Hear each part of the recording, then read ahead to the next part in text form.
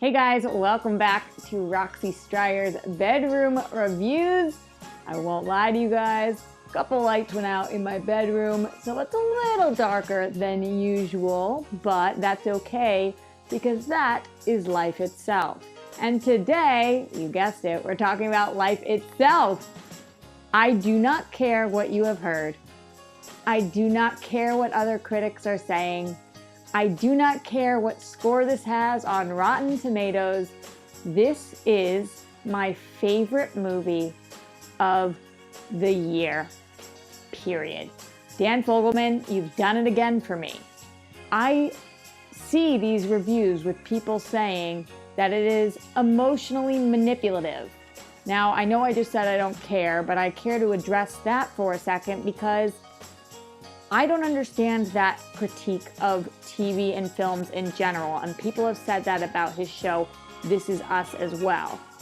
If somebody writes something and they want you to feel a certain way, aren't they attempting to manipulate your emotions to feel that way, no matter what the story is?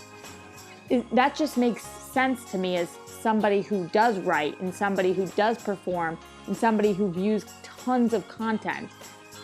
I am floored by the fact that so many people misunderstand this film, and it truthfully makes me feel sick inside that Dan Fogelman wrote and directed this piece of brilliant artwork and people don't appreciate it.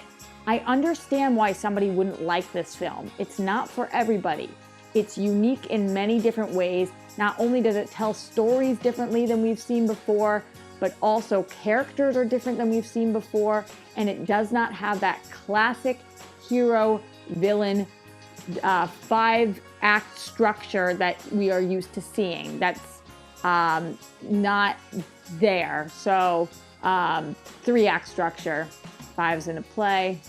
Oh God, I've taken a lot of theater class. So I don't think that if you're going into this thinking this is gonna be a typical movie, you're gonna be like, what just happened? Clear your mind, clear the way you think stories are told, and just go into this with an open heart, because there were some scenes that I think could be on the list of best scenes of all time. I cried, I laughed, and I'm not just talking about to myself, out loud in an entire theater multiple times, cackling over the craziest life moments. This made you believe in love. This made you hurt. This made you feel for every single person who was on screen.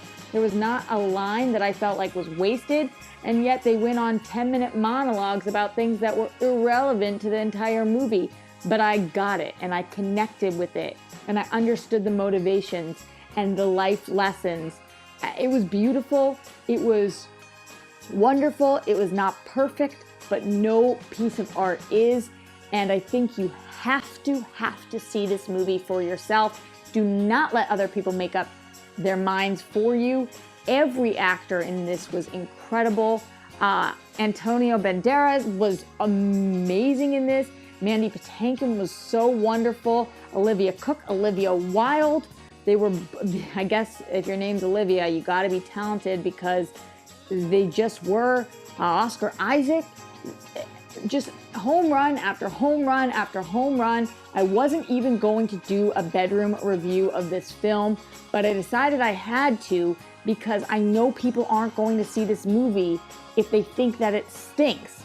And even if you've heard that from people you trust, just go. And if you don't like it, I'm sorry, but you'll take something from it because I'm going to be thinking about this movie for years to come.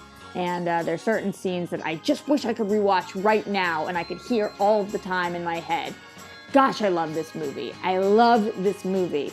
So please go see it and let me know what you guys think in the comments below. Until next time, though, I wanted to give one quick shout out to a specific patron who, by the way, is just so incredible.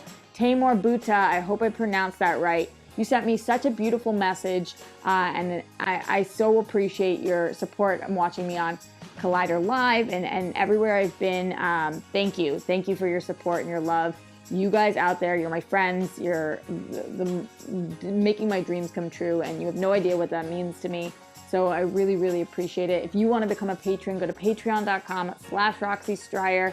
I love you guys, and I'll see you next time on Roxy Striar's Bedroom Review.